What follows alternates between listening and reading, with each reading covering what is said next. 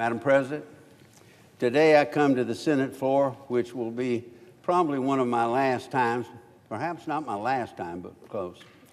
And I want to start off by thanking the people of Alabama, my home state. They put their trust in me for more than 50 years. It's more than I could ever wish for. And this has been truly here an experience of a lifetime, something I could have never dreamed.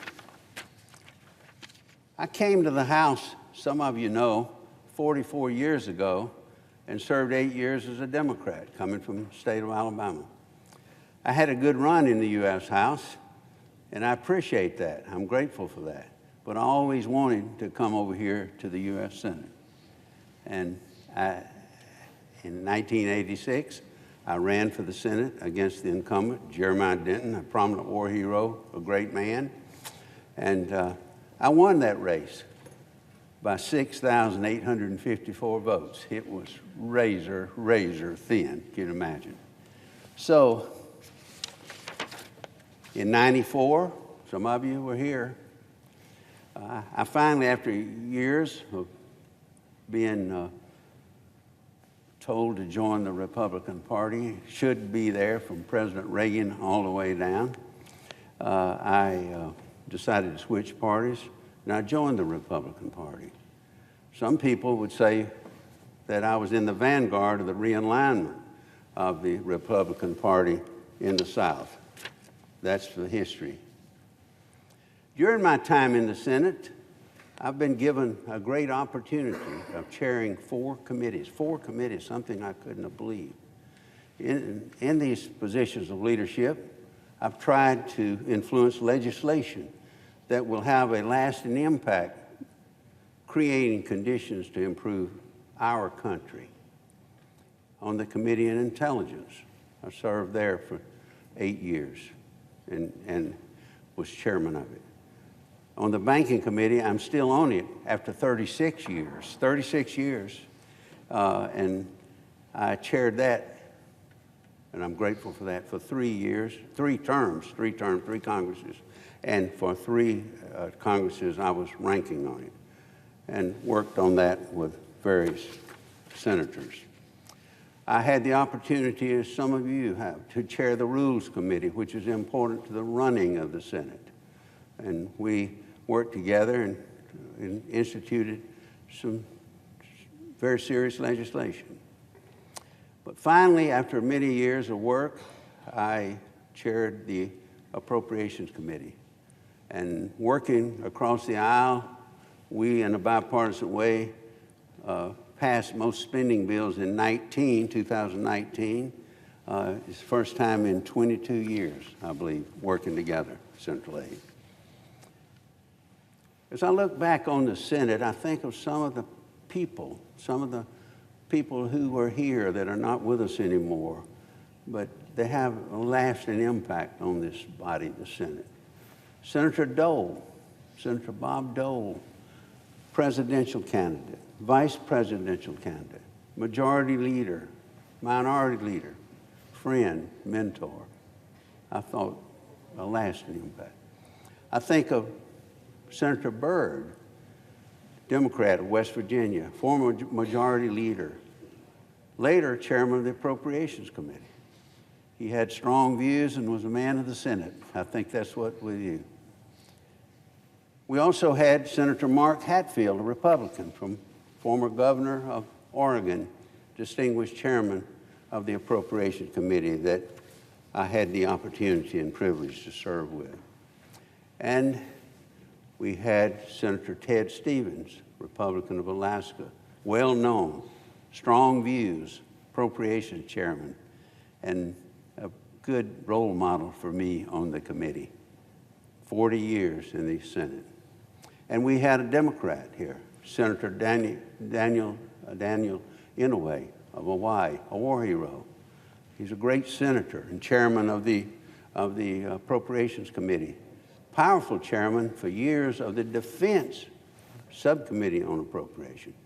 And we had here in the Senate, call him a lion of the Senate, Democrat, Senator Ted Kennedy, right here. He was involved in a lot of stuff. A lot of it I voted against. Some of it I didn't, though.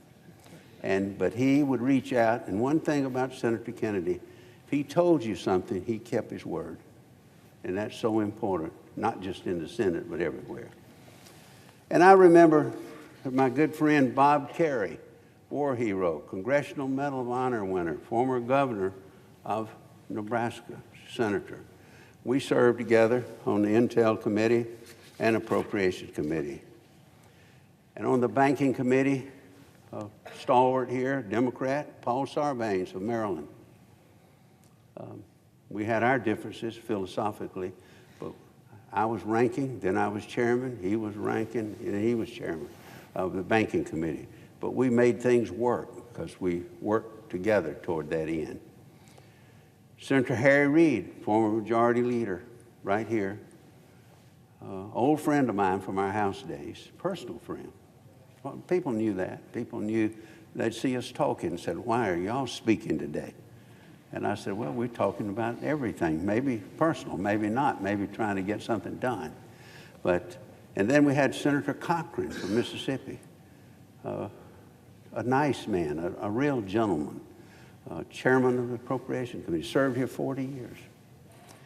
And my friend from Maryland, Barbara McCoskey, a Democrat. What a fighter, always. Chairman of the Appropriations Committee.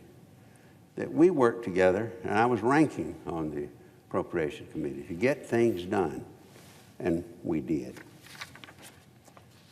I'd like to touch on some of my colleagues that I served with from my state of Alabama. By the way, today is the 203rd birthday of my state of Alabama. Today became a state 203 years there. I was not there then, But some of my colleagues from Alabama, Senator Howell Heflin, y'all would remember, he's bigger than life and larger than life. He served 18 years here in the Senate. Jeff Sessions, a lot of you remember Jeff, 20 years in the Senate. Luther Strange, who's here on the floor, his tenure was short, but we remember him well, a dear friend. Doug Jones served here 3 years in the Senate, on both Democrat from Alabama. And we had a good relationship. We did a lot of things together in a bipartisan way. And my current colleague, Tommy Tuberville, he's doing well. He's ended his second year in the Senate. Great coach, too great coach when he played Alabama. He beat the dickens out of us, a few times. So I said, let's keep him in the Senate. We don't want him coaching. But I want to mention my friend Pat Leahy, chairman of the Appropriation Committee, President Pro Tem of the Senate, long-term serving member of the Appropriations Committee. When I was chairman, he was ranking. We worked on the committee and we got things done. I told him I'd rather be chairman, but if a Democrat was going to be chairman, it had to be you, because you were the only one in the room when they said that. So we have worked together to get some things done. We got work to do before this year's out, and we hopefully are on the right track. Mitch McConnell, sitting right here, friend, accomplished leader, the longest serving Senate Republican leader, majority leader, Republican leader now, a long-term friend with deep roots in Alabama, but from Kentucky. Mitch, I've said to other people that I've seen a lot of people work, but you know how to work the Senate, you know how to make it work. And I consider you, and I've enjoyed my time with you. I'm also here, been in the Senate, had the great privilege to serve with 8 presidents. Jimmy Carter, President of the United States. Wow, I thought. Ronald Reagan, George H.W. Bush, Bill Clinton, George W. Bush, Barack Obama, who was a former colleague of ours, Donald Trump, and Joe Biden now, former colleague, senator. I've had that. That's a great honor. I want to speak just a few minutes here to what I think is important here in the Senate. We are in the Senate. We are the Senate. Why bipartisanship is important, and it is. It's important because it's good for the country. Yes, and it's important because it brings people together. It's important because we all have our differences in philosophy. But the country, I believe, should be first. Nation first. It's important, I also believe, because of the oath we take, all of us, when we're sworn into the Senate. And I want to share this with you. You've done it. You've taken, a lot of my colleagues, all of us do. And you take that oath and you swear, I do solemnly swear that I will support and defend the Constitution of the United States against all enemies, foreign and domestic. That's a lot. That I will bear true faith and allegiance to the same. That I take this obligation freely without any mental reservation or purpose of evasion. And that I will well and faithfully discharge the duties of the office on which I'm about to enter, so help me God.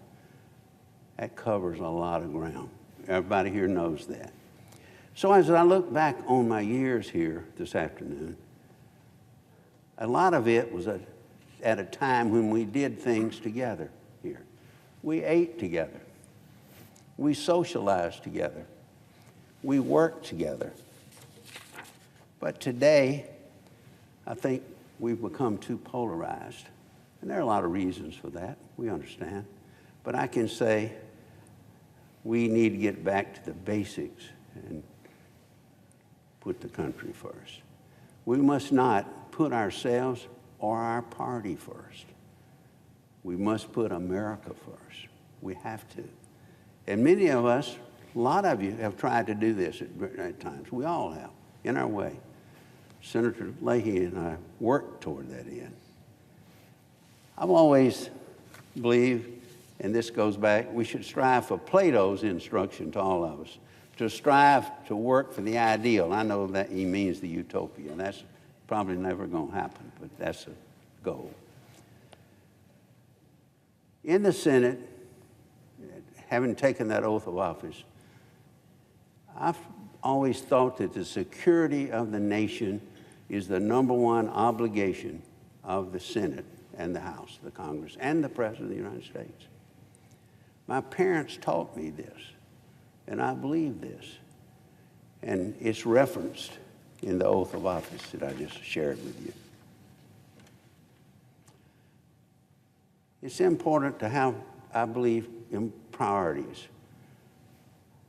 I've done my best to focus on things that will have a big impact on America, and also my home state of Alabama, because I always looked at being in the U.S. Senate. I'm a senator from Alabama, but I'm also a United States senator. We all are, for America. Some of my priorities have been national security. As you well know, I have chaired the Intel Committee. I was on the Armed Services Committee with Senator Nunn and Warner. Education is a high priority for all of us, both sides of the aisle. It has to be. Creating a manufacturing workforce development, that's education, trade, training, you have to have it. Infrastructure is so important, it covers everything from communication to roads. Outstanding federal judges that we vote on here are important. Also, as my days are ticking away, and I know they are here, I want to mention my successor is coming, Senator-elect Katie Britt. She's here. She will be coming into office. I think she will serve the nation and all of us well. She has a lot of promise. Lastly, toward the end, I also want to thank my family for their enduring support. I want to thank my wife, Annette, who's here, my wife of 62 years. My service here would not have been possible without her. I'm also immensely grateful for her dedication to my career and her ambition and ability on her own to break her own glass ceiling in academia along the way. My two sons, I want to thank them, Richard and Claude. I want to thank them for their support and perseverance while growing up in political times in a political family. It was tough on them, as you well know, with children. I also want to thank my two grandchildren. One of them, Anna Shelby, is here, and my grandson, William, and he better be in the library studying, you know. And I want to thank my parents for everything. I mean, everything.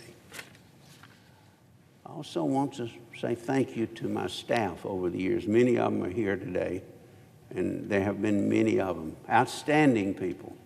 I couldn't have done anything without them. I don't know where I would start calling the roll. But I also want to thank Ann Caldwell. A lot of you know Ann. She's been with me 44 years. Wow. And I thank her for her loyalty, her perseverance, and for getting me to meetings on time, always. Ann, thank you very much. Thank you. Also, lastly, I've had a lot of chiefs of staffs. I've had good ones. I mean, so many good ones. But I have a young man working for me now, and he took a leave of absence from a big job with a big pay to work the last 2 years up here, Watson Donald. Thank you, Watson. And I want to thank my friends back home in Alabama for their support over the years, as well as my friends here in the Senate. And importantly, I want to thank the people of Alabama for electing me 12 times to public office. It's been the honor of my lifetime. I yield the floor.